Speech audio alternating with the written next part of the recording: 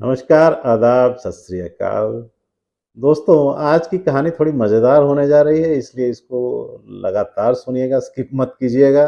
देखिएगा कि कितना आनंद आता है। दोस्तों, किसी गांव में पति-पत्नी रहा करते थे।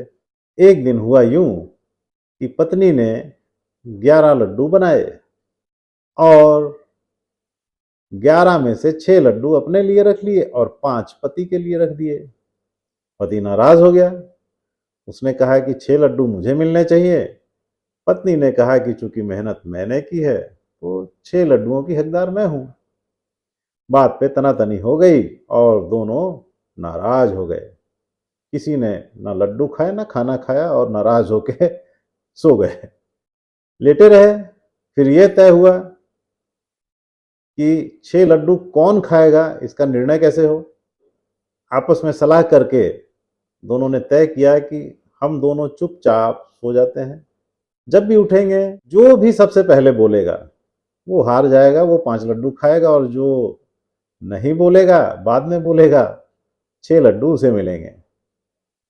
लो जी, बात तय हो गई और दोनों सो गए।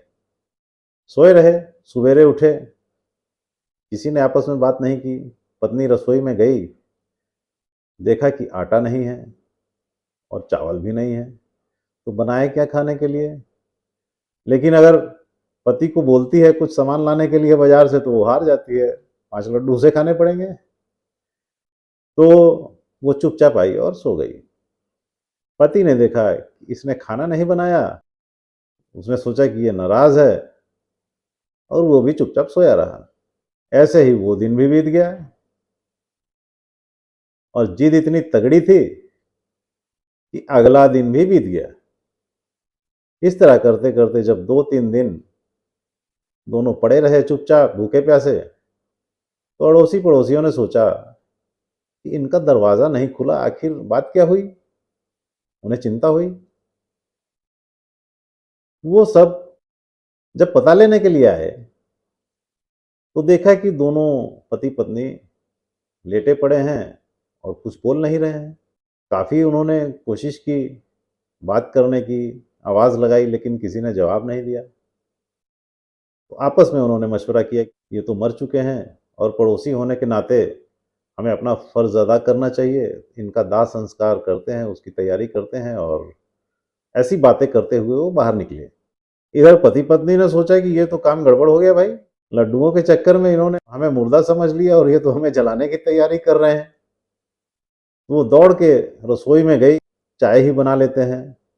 रसोई में गई तो उसमें बहुत सारे कीड़े मकोड़े नीचे घूम रहे थे। तो जब कीड़े निकल के दौड़े तो पति डंडा लेके गेट पर आ गया और बोलने लगा कि कोई कीड़ा बच के नहीं जाने पाएगा, मैं सबको मार डालूंगा।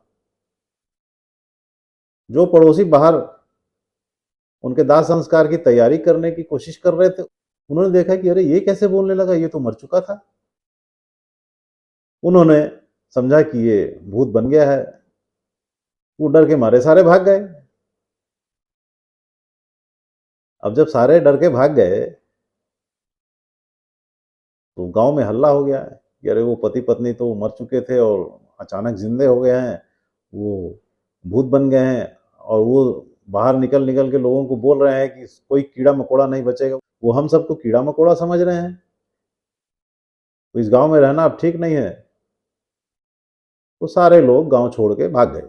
इधर पति पत्नी अगले दिन घर से निकले तो उन्होंने देखा कि गांव में कोई है ही नहीं, सारे घर बंद पड़े हैं। उन्होंने सोचा कि गांव में प्लेग फैल गई है या कोई ऐसी भारी बीमारी फैल गई है कि सारे लोग गांव छोड़ के चले गए हैं। तो उन दोनों ने भी अपना सामान बोरिया बिस्तर बांधा और वो भी गांव छोड़ के चले गए। दोस्तों, देखिए, एक लड्डू के कम ज्यादा होने से उन मूर्खों का पूरा गांव उजड़ गया।